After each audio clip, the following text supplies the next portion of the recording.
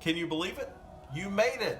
We're at the end of August, August 31st, in our Proverbs challenge. That means we're in the 31st chapter of Proverbs. Now, most people probably, when they hear Proverbs 31, they think of words looking about attributes to look for in a wife or a woman. And that's certainly a good part of that. It's really in the second half of the chapter.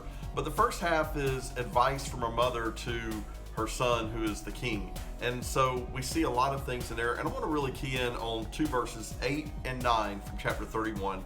Open your mouth for the mute, for the rights of all who are destitute. Open your mouth, judge righteously, defend the rights of the poor and the needy. And she didn't tell him to do a lot of other things as far as being the king, but that was the one instruction she did give.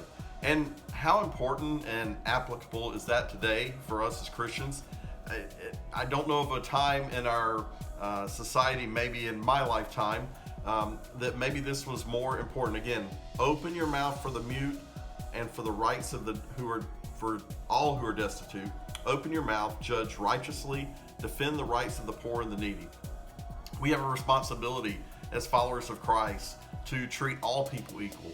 And when we see injustice happening, it's our responsibility as Christians to stand up and speak up for that. That's not a political thing, but it's a thing just to do as people who love Christ.